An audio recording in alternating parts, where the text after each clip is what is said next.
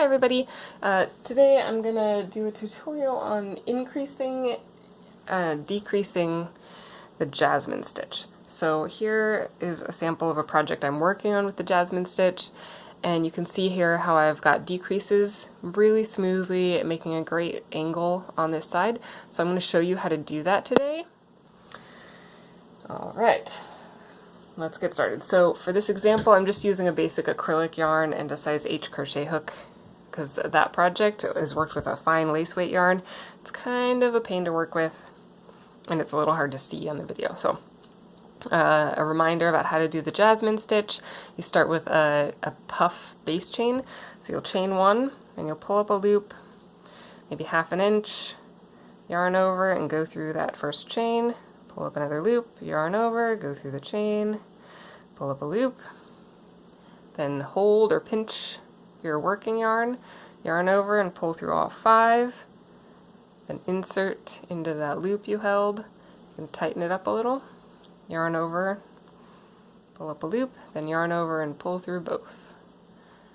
So that's your first puff. So we're going to make a base chain. I'm going to pull up another 1/2 inch, yarn over, go through that single crochet I just made, yarn over, go through there again, hold my working yarn, yarn over, pull through all 5, insert my hook through that loop, tighten it up, yarn over, pull through, yarn over and pull through both. So the Jasmine stitch is not the easiest of stitch. It's definitely an advanced crochet stitch. If you've done puff stitches, that'll help. If you've done bullion stitches, that will help. So if this is hard for you, I would recommend mastering those first. So I'm just going to finish a starting chain real quick here, so that we can show you the decreases.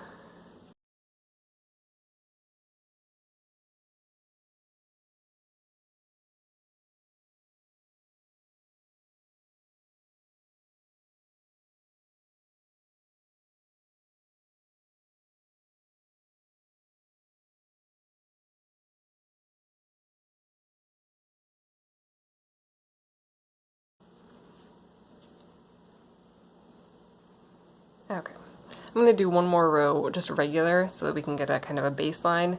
So remember, when you want to do it, you do a turn chain, which is basically just another chain puff. So since this was our starting chain, I didn't really need to do this, but that's okay. And then you'll do yarn over through that stitch twice, just like normal, but now instead of pulling through, I'm going to yarn over and go through the next stitch. Do that twice.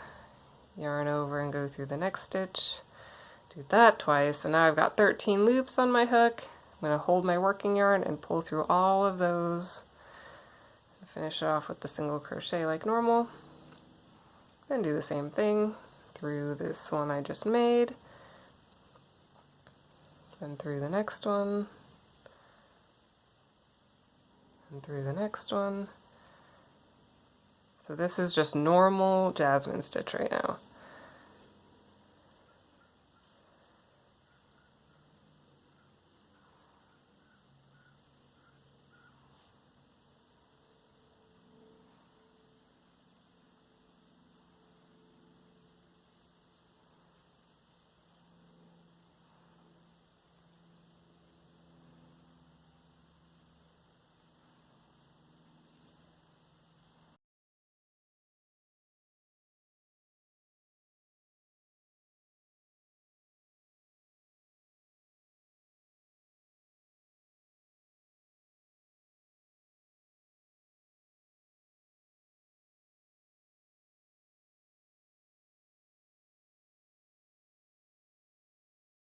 So now I'm at the end of this row, and I'm going to work this last stitch like normal. So I'm not really decreasing at the end of this row.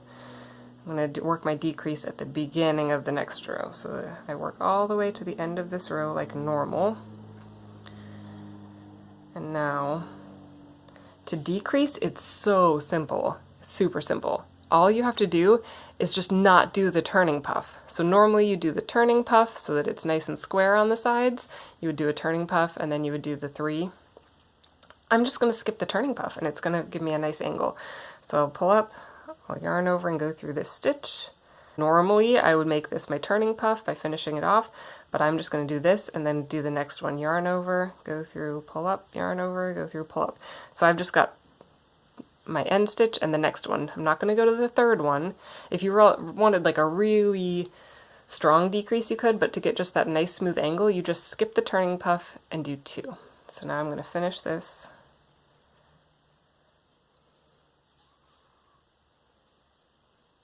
And then I'll keep going across. Just like normal.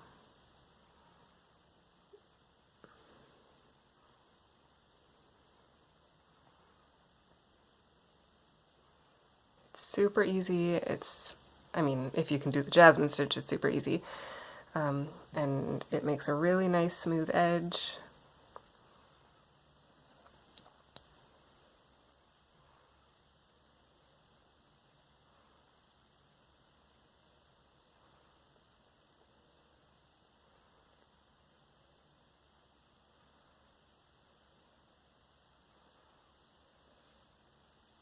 The only thing that can be a little bit tricky about it, in my opinion, is keeping track of which stitch is the end of your row. So this top one here is now the end of this next row.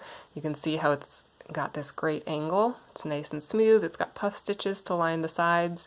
So it's a great way to decrease with Jasmine stitch. Now, if I needed to decrease my Jasmine stitch in the middle of a row, I can do that by now, instead of just working this stitch, then 2 more, I can work into 3 more. So then instead of 13, I'll have 17 stitches, or 17 loops on my hook. So you can see how I went through this first one, the next one, the next one, and the next one. So now this will decrease it right in the middle. And then I'll keep working like normal.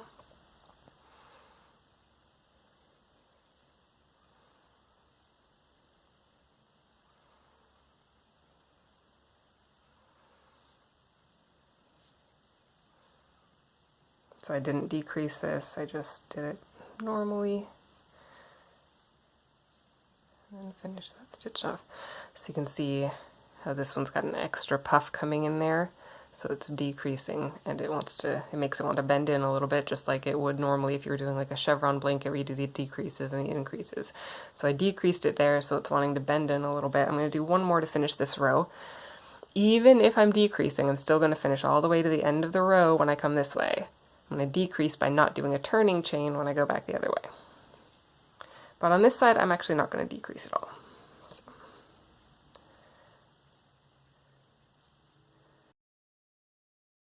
This row, it's nice and straight because I worked all the way to the end, and now I want to increase. So I learned how to decrease on this side. It looks great. I want to increase on this side. So normally, to make just straight Jasmine stitch, I would do a turning puff. So let's do that. So this is what you would do normally, but now because I want to increase, I'm going to do a second turning puff.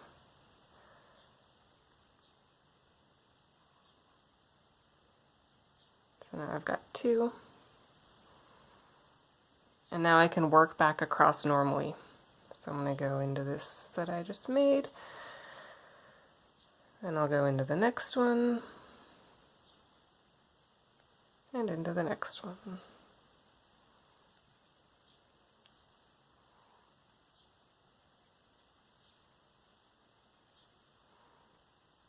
And then I'll keep on going just like normal.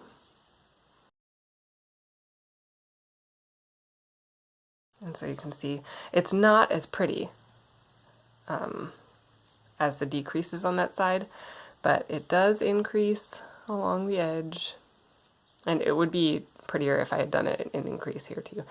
But then we can just keep going.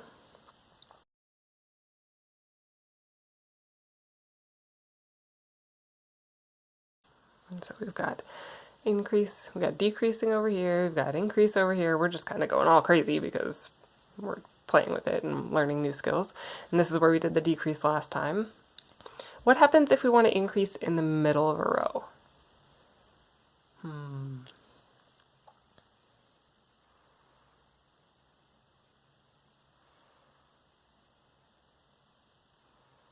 So I'm actually going to do a turning puff right here, or a chain, puff chain, whatever, foundation puff. So I've got an extra puff in the middle of my blanket. I'm going to treat this as a regular puff.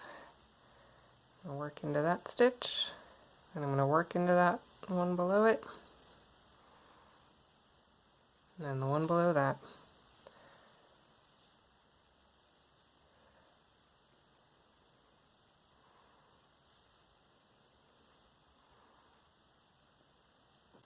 So now where I would have had just one puff at the top, I have two. So I've increased the number of puffs.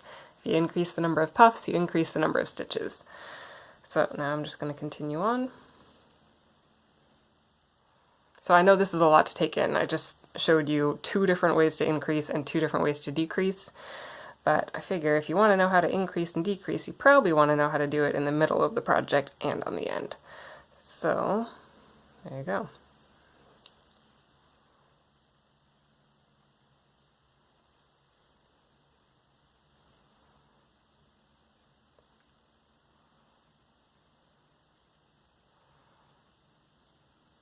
And this just being a sample fabric, it's not going to look like anything fancy with random increases and decreases all over it, but it's learning a technique, right? So I will come to this end and I will do one more decrease example so you can really see that showing up.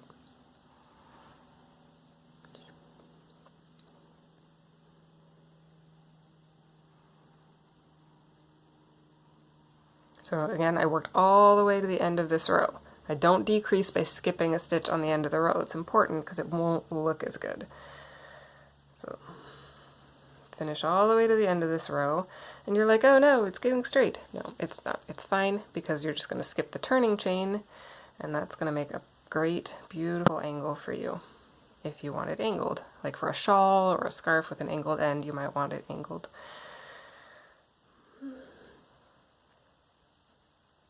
So just 2. No turning puffs, so for the turning on a decrease end, I'm just doing 2.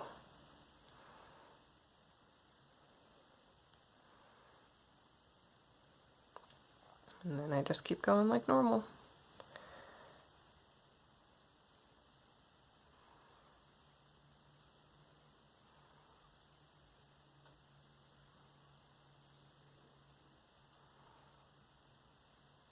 So again, if I wanted to decrease,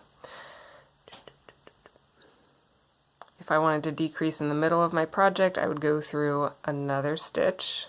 Instead of just the 1, 2, 3, I would go 1, 2, 3, 4. But I'm not decreasing, so I'm just going to work like normal. And Jasmine stitch, I mean, it takes a ton of yarn and a ton of time because it's so laborious, but it's so pretty. It's one of my favorites, and I love how cushy and soft it is. So one of the next things on my to-do is a baby blanket using Jasmine stitch. I think it's going to be really awesome. And I would definitely share that with you when it's done.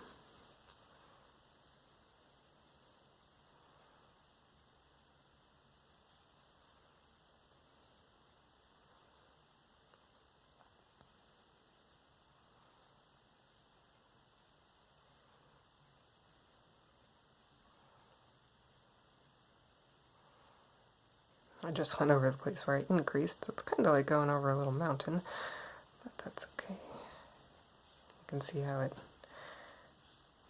a little wonky. It's like, hey, what's going on here? But then it'll smooth out into just normal star stitch. And this is where I decreased, so it's like an extra big star kind of in the middle there, where there's one extra loop going in there.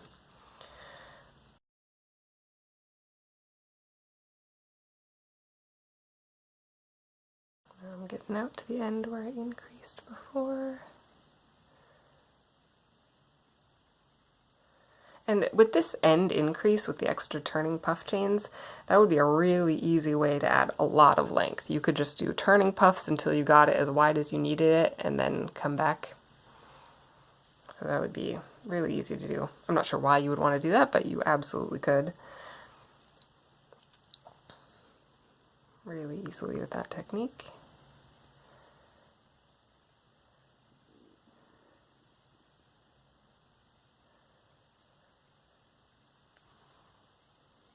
pretend that I wanted to keep increasing it on this side, making like a trapezoid. So I'm going to do a turning puff. I'm going to actually turn.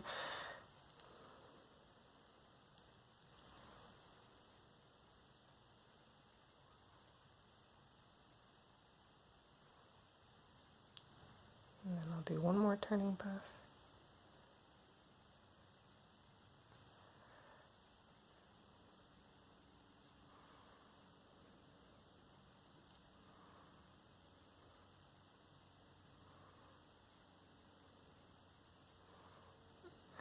And then I will carry on like normal.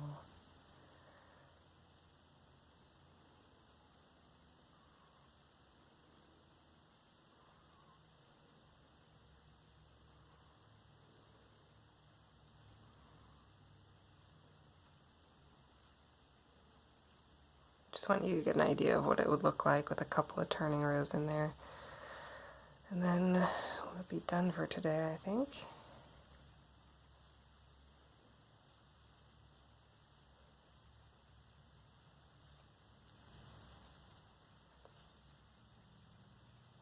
Okay, so here we are. You can see when we do these decreases on this side, it makes a really smooth line. So I really like this technique. When I do the increases, you know, it's not as smooth. If you keep going, it does kind of smooth out, but you got to kind of play with it a little bit to get it there. So so this was just straight, remember, and then I started increasing here. So it does make an angle, but it's not as easy or smooth to get a nice angle as doing the decreases. And then, so brief recap, if you want to decrease at the end of a row, you work all the way to the end and you just skip the turning chain on the next row. So you'll just do into the stitch you just did and the next stitch. So you'll have 2 stitch worth on your hook instead of 3 because you skipped your turning puff, no turning puff. If you want to decrease in the middle of a row, you'll work through 1 extra stitch, so you'll have 4 stitch worth on your hook instead of 3. If you want to increase at the end of a row, you do an extra turning puff. So 1 like would be straight and 2 would be a turn, or would be an increase, and then you come back like normal. If you need to increase in the middle of a row, you do a turning puff and then carry on and treat that turning puff like normal. So I hope that's helpful, I hope it makes sense, and I hope that makes the Jasmine stitch more fun and more useful, and you can do lots of fun things with it. So I'm really excited to see how y'all use this, and until next time, happy crocheting. Don't forget to subscribe to get the latest videos, tips, tricks, all of that fun stuff.